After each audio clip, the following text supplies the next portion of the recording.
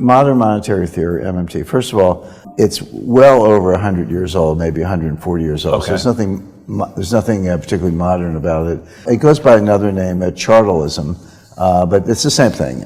Money is what the state says it is. If the state says it's money, it's money. I think, okay, interesting. How do you actually enforce that? How do you back that up? And the way you back it up is taxation. So if we all make money, gains, payments, income, whatever, and the state says you got to pay tax on it. Mm-hmm. And by the way, we will only accept our definition of money in the form of taxes. So if you don't go along with our definition of money, you can't pay your taxes. And if you can't pay your taxes, you end up in jail. But the idea is that money is what the state says it is, because the state says that's the only thing we take in the form of taxes. If you don't pay your taxes, we'll put you in jail.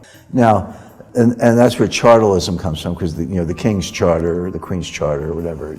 So if that's your starting place, then there's no comparison between a national budget and an individual budget. If you and I don't pay our bills, someone's going to repossess the car or mm-hmm. take the keys to the house or whatever. So we got to balance our budgets over some time frame. But if the government doesn't pay its bills, so what? Just print some more money, and or raise money in the form of bonds. And then you say, well, what if they don't want to buy the bonds? If the market doesn't want to buy the bonds and the interest rates are up? Well, that's what central banks are for. The central bank will buy the bonds, keep the rates low.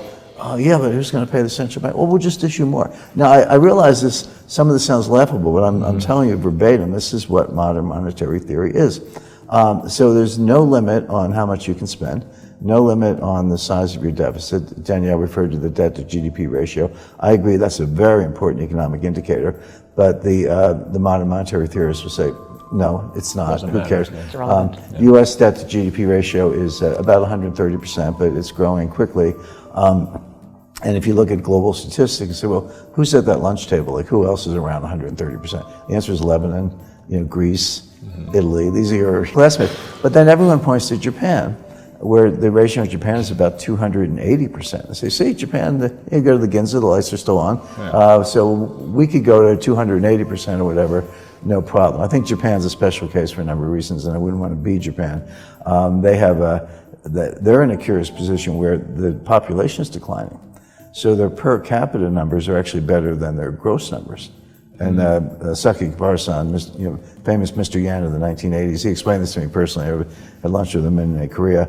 And of course he's right mathematically. I said, but the reductio ad absurdum is Japan ends up with one person who owns the whole country, and she's very rich.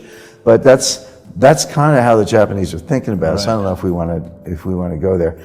But just to take it a step further, and a lot of this comes from Stephanie Kelton, and I met Stephanie, very nice person, but she's this way off on off the reservation, so to speak, in terms of these theories. But she's done a good job of articulating them. So, for example, she says, and this is from her book, so this is not I'm not imposing this on her.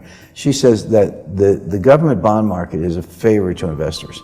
We're doing you a favor by giving you something you can invest in. We don't actually need a government bond market because we could just give the Fed wire instructions to Lockheed. And if we want to buy a new, fighter aircraft or Raytheon or whoever is providing services to the government or the Social Security Administration for that matter, the Fed could just wire the money directly to these government vendors. Who needs a bond market? It's kind of an inefficient pain in the neck.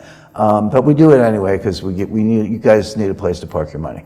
I mean, this is what they say. Wow. And so, but just to kind of step back a little bit, big picture, what they're doing, and this can be done in practice. See, the problem with refuting modern monetary theory is you get very far down the road saying, yeah, that's actually true, that's actually true, that's actually true. At the end, it all falls down. But they go very far down a path because the truth is you could give the Fed wire instructions and they could send money to Lockheed.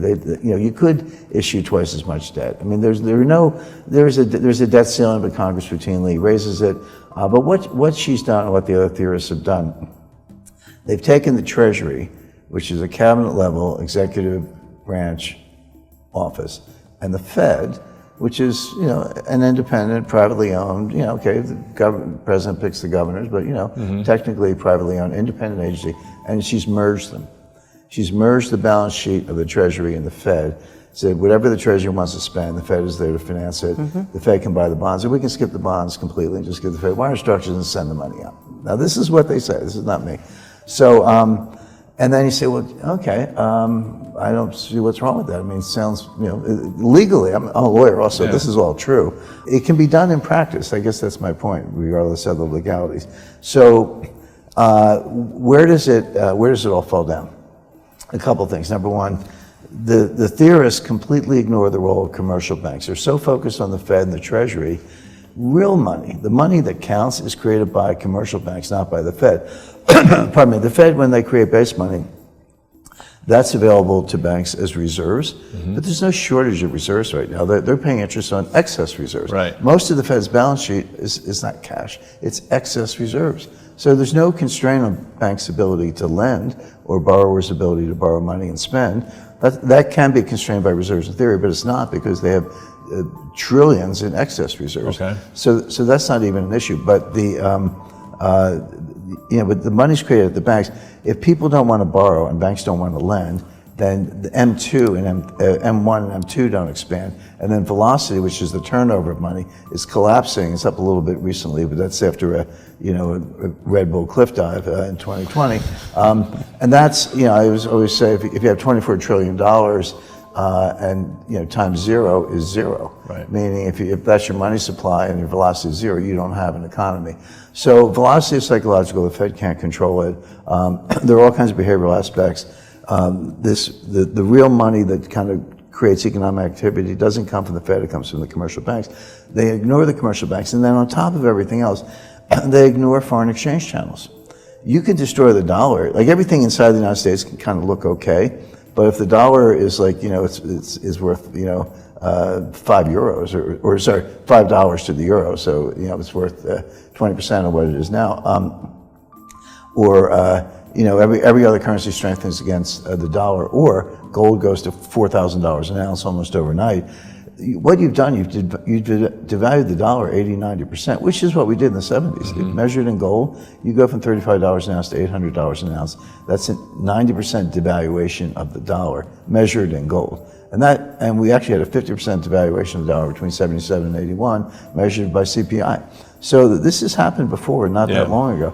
So they're on a path to destroy the dollar. They're on a path to destroy the international monetary system. Here we are in Bretton Woods, where it all began, but governments may be back here trying to fix things sooner than later. So now, I doubt there are 5 members of Congress who could give you a tenth of what I just said about modern monetary theory. Right. But they're doing it. Whether they know it or not, whether they understand it, can define it or not, it doesn't matter. They're doing it. These multi-trillion-dollar, year-after-year deficits, debt to GDP going past 130%, unlimited bond issuance, monetization by the Fed or the commercial banks, they're playing it out. So this will end in something a lot worse than a recession.